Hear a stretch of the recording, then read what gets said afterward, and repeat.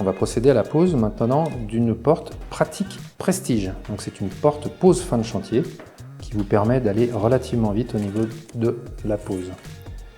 Donc on contrôle que la traverse soit aux bonnes cotes, que le montant aussi soit aux bonnes cotes, que les cotes de réservation conviennent. On enlève les joints, toujours, pour pouvoir poser les turbovis.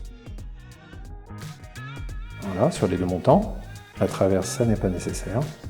On prépare les vis.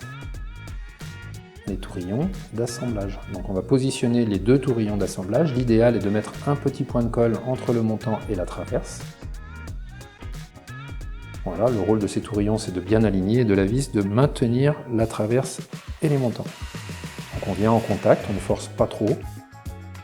On procède de la même manière côté opposé. On positionne les tourillons.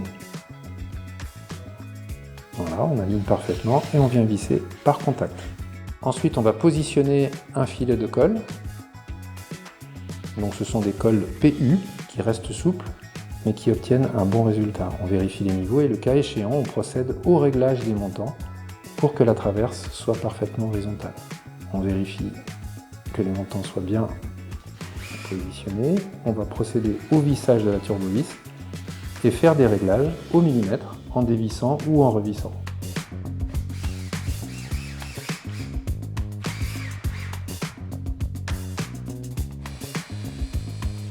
On vient mettre les charnières invisibles en respectant le sens de la charnière avec le repère porte.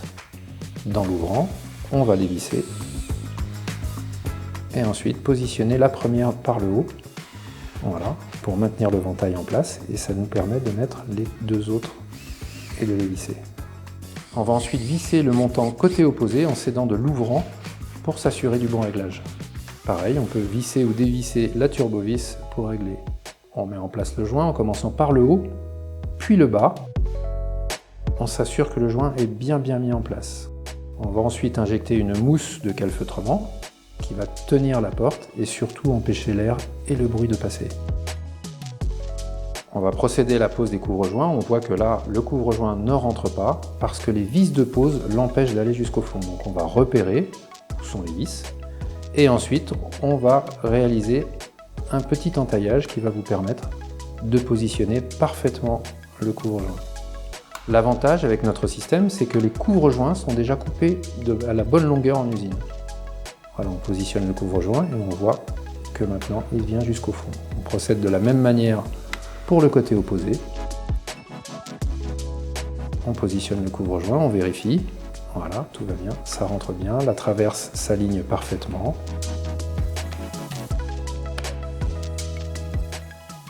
Voilà, on va procéder au montage de la poignée.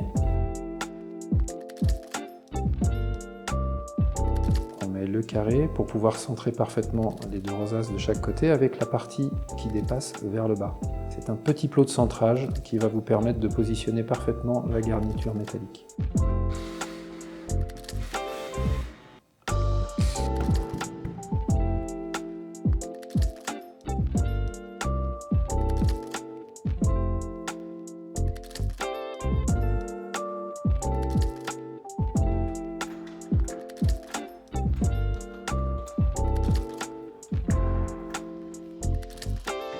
Et voilà, admirez le résultat.